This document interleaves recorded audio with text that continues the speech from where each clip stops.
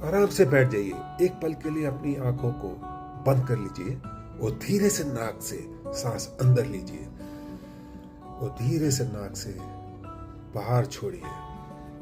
आज हम एक बहुत ही पावरफुल चीज एक्सप्लोर करने वाले हैं माय फ्रेंड्स। कभी ऐसा होता है आपके साथ, किसी छोटी सी बात पर आपको बहुत ज्यादा गुस्सा आ जाता हो, या किसी एक बात पर आपको अंदर तक हर्ट कर देती है, होता है, और बाद में आप सोचते हो मैं इतना ट्रिगर क्यों हो गया। ये भी फील होता होगा आपको जरूर, है ना। अगर आपके साथ ऐसा होता है ना, तो इसका मतलब यह नहीं है कि आप ओवर रिएक्ट कर रहे हो।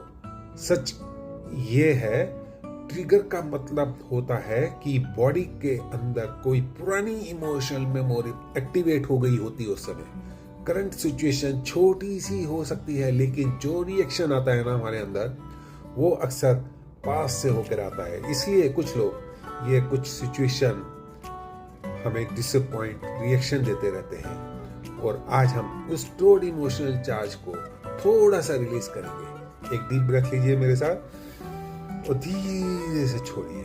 अब कराटे चॉप से शुरू करें, बोले विद इमोशंस।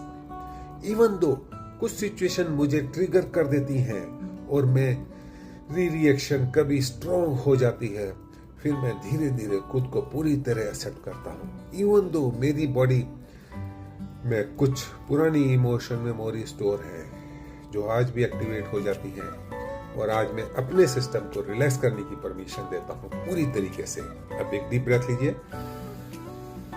और रिलीज करिए स्लोली, और आईब्रो पे टैपिंग करें, बोले इमोशंस के साथ, ये इमोशनल ट्रिगर मेरे अंदर, ये स्ट्रॉन्ग रिएक्शन मेरे से जब होता है, शायद ये पास से आ रहा है मेरे साथ कहीं बहुत टाइम से।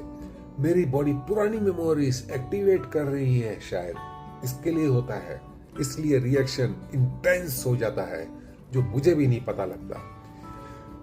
मेरे सिस्टम प्रोटेक्ट करने की कोशिश कर रहा है, जो इसकी वजह से मेरे को रेजिस्टेंस आता है, लेकिन अब मैं सेफ हूं। एक स्लो डीप ब्रेथ लीजिए और धीरे से बाहर छोड़िए।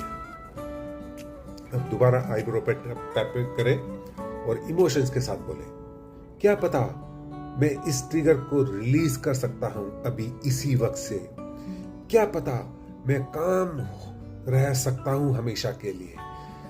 मैं अपने नर्वस सिस्टम को रिलैक्स होने देता हूं अब पूरी तरीके से।